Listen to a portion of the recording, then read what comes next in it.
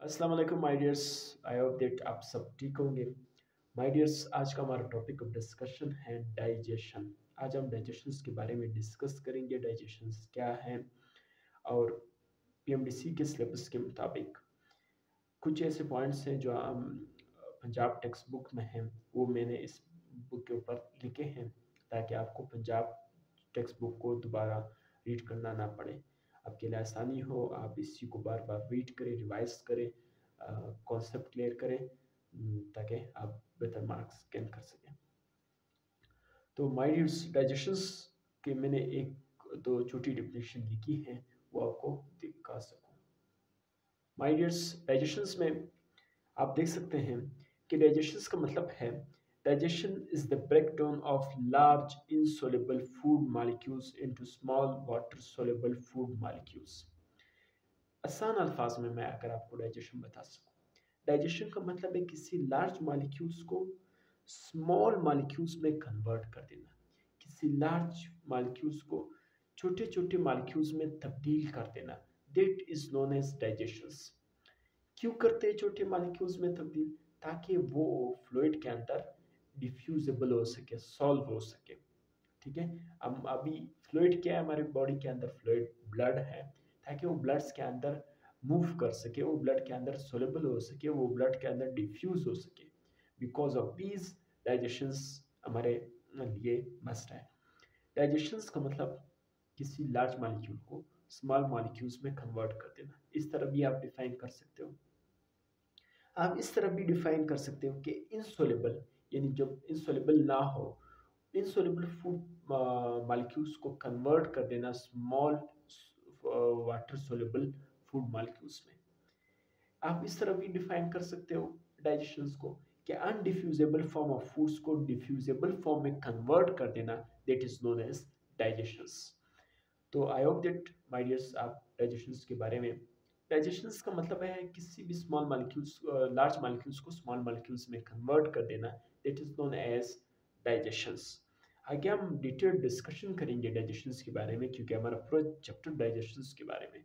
तो यहाँ तक सिर्फ आप ये याद रखिए कि digestion means small molecules converted into large molecules converted into small molecules, insoluble food molecules को soluble food molecules में convert कर देना, अनडिफ्यूजेबल फॉर्म ऑफ फूड्स को डिफ्यूजेबल फॉर्म ऑफ फूड्स में कन्वर्ट कर देना, that is known as digestion.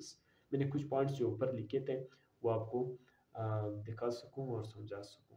माइर्स, यहाँ पे मैंने एक दो पॉइंट्स लिखे हैं डाइजेशन के बारे में, ये पंजाब बुक के हवाले से हैं। ठीक है, तो आप भी अपने बुक के ऊपर राइट ऑन कर ले, ताकि फिर आपको दोबारा पंजाब टेक्स्ट बुक रीड करना ना पड़े एंटी टेस्ट के हवाले से। डाइजेशंस एक केमिकल डाइजेशन है, एक मैकेनिकल डाइजेशन है। ये केमिकल डाइजेशन, मैकेनिकल डाइजेशन हमारा नेक्स्ट टॉपिक है, उसमें हम वहाँ जाके डिटेल डिस्कशन करेंगे। केमिकल डाइजेशन का मतलब है जिसमें एंजाइम्स, जिसमें केमिकल्स वगैरह इन्वॉल्व होते हैं, जिसमें एंजाइम्स एक्ट करते हैं, लार्ज मॉलिक्यूल्स को स्मॉल मॉलिक्यूल्स में कन्वर्ट करते हैं, उसकी रिएक्शन को स्पीड अप करते हैं। तो इस तरह के डाइजेशन को हम केमिकल डाइजेशन कहेंगे। एक हमारे पास मैकेनिकल डाइजेशन है। मैकेनिकल डाइजेशन में है कि ब्रेकडाउन होती है टीथ के जरिए, oral cavity, that is known as mechanical digestion. ये दोनों हमारा नेक्स्ट टॉपिक ऑफ डिस्कशन है, वहां जाके हम डिटेल डिस्कशन लेंगे। यहाँ पे एक दो पॉइंट्स मैंने लिखे हैं। इंट्रासेलुलर डाइजेशन, एक्स्ट्रासेलुलर डाइजेशन, ठीक है, और एक्सटर्नल डाइजेशन, इनमें फ़र्क क्या है? इंट्रासेलुलर डाइजेशन, इंट्रासेलुलर डाइजेशन का मतलब कोई भी डाइजेशन अगर सेल के अंदर हो, that is known as intracellular digestion. Intracellular digestion cell के अंदर कौन करता है? लाइसोजाइम। ये आपसे एमसीक्यूज में पूछा जा सकता है, तो इस पॉइंट्स को आप नोट कर लें कि इंट्रासेलुलर डाइजेशन लाइसोजाइम करता है। इसी तरह एक्स्ट्रा सेलुलर डाइजेशन, सेल के बाहर अगर डाइजेशन हो, ठीक है, that is known as extra cellular digestion.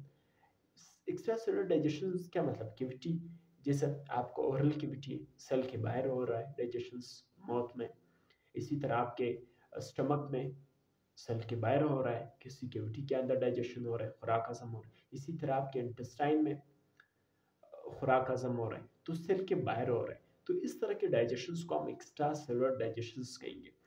एक होता है एक्सटर्नल डाइजेशन। एक्सटर्नल डाइजेशन क्या है? एक्सटर्नल डाइजेशन का मतलब बॉडी के बाहर, ये सेल के बाहर था एक्स्ट्रा सेलुलर डाइजेशन, और एक्सटर्नल डाइजेशन बॉडी के बाहर।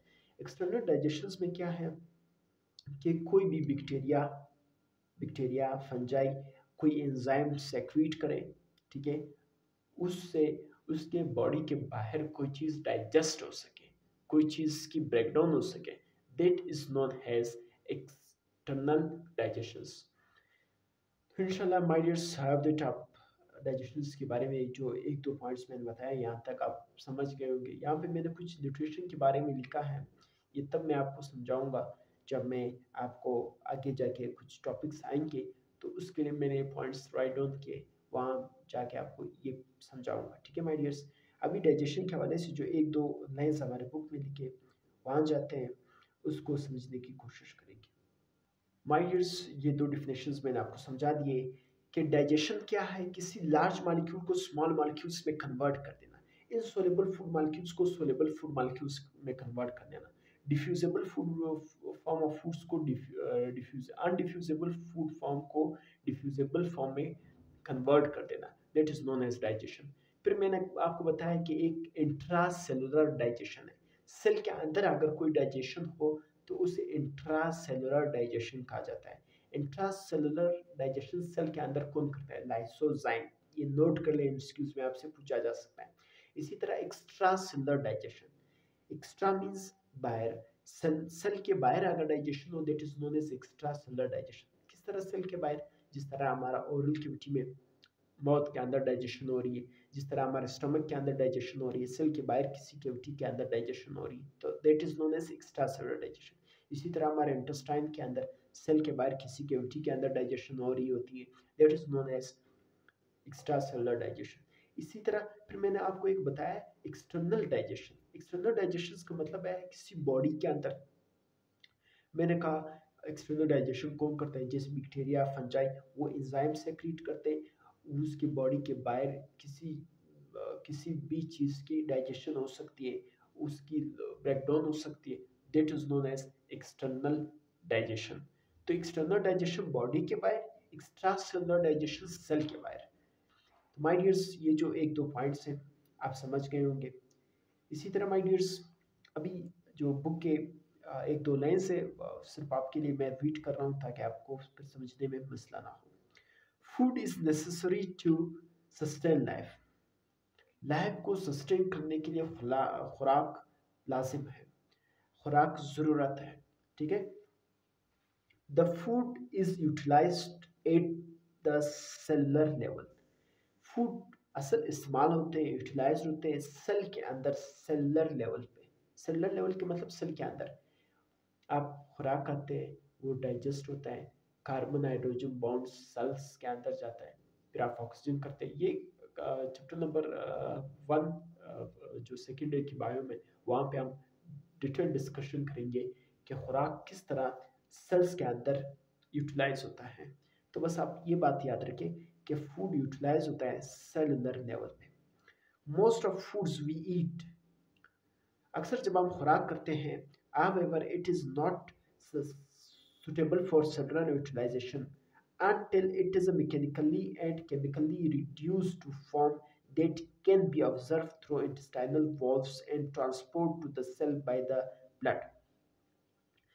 अक्सर जब हम खुराक करते हैं वो उसी तरह हमारे सेलुलर लेवल में यूटिलाइज नहीं होती जब तक वो मैकेनिकली और केमिकली वो रिड्यूस नहीं हो जाते, वो छोटे छोटे फॉर्म्स में कन्वर्ट नहीं हो जाते, वो डिफ्यूजिबल नहीं हो जाता है, वो सोलेबल नहीं हो जाता है, तब तक हम उस खुराक को ना हम ऑब्जर्व कर सकते हैं, that can be observe through intestinal walls, ताकि वो अगर आप खुराक को डाइजेस्ट कर लेते हैं, मतलब स्मॉल फूड लार्ज मॉलिक्यूल से स्मॉल में कन्वर्ट कर लेते हैं, या आप इस तरह कह सकते हैं डिफ्यूज अनडिफ्यूजेबल से डिफ्यूजेबल में कन्वर्ट करेंगे, तो फिर वो इंटेस्टाइनल वॉल से ऑब्जर्व होंगे और ट्रांसपोर्ट होंगे सेल्स के तरफ। कौन ट्रांसपोर्ट करेगा, ब्लड करेगा। तो आगे जो एक लाइन लिखी है वो उससे हमारा कोई ताल्लुक ही नहीं है, उसको आगे हम डिस्कस करेंगे। यही बता रहा है कि इस चैप्टर के अंदर आप डाइजेस्टिव सिस्टम ऑफ मैन इसको पूरा डिस्कस करेंगे। एक ये लेन मैं आपको दोबारा बता सकूं कि अक्सर जब आप खुराक करते हैं वो सेलुलर में यूटिलाइज उसी तरह नहीं होगा जब तक मैकेनिकली और केमिकली वो रिड्यूस नहीं हो जाता है, वो लार्ज से स्मॉल में कन्वर्ट नहीं हो जाता है, वो अनडिफ्यूजेबल से डिफ्यूजेबल में कन्वर्ट नहीं हो जाता है, वो इनसोलेबल फूड से सोलेबल में कन्वर्ट नहीं होगा, तब तक वो हमारे सेल में यूटिलाइज नहीं होगा। अगर वो रिड्यूस फॉर्म में कन्वर्ट हो जाती है तो फिर वो हमारे इंटेस्टाइनल वॉल में ऑब्जर्व होगा और वो ट्रांसपोर्ट होगा सेल की तरफ। कौन ट्रांसपोर्ट करेगा उस हजम शुदा खुराक को? सेल की तरफ ब्लड करेगा। तो my dears, I hope that आप को समझ आया होगा हमारा आज का ये टॉपिक। तब तक के लिए अपने उस्ताद किला अहमद को इजाज़त दीजिए। अल्लाह हाफ़िज़।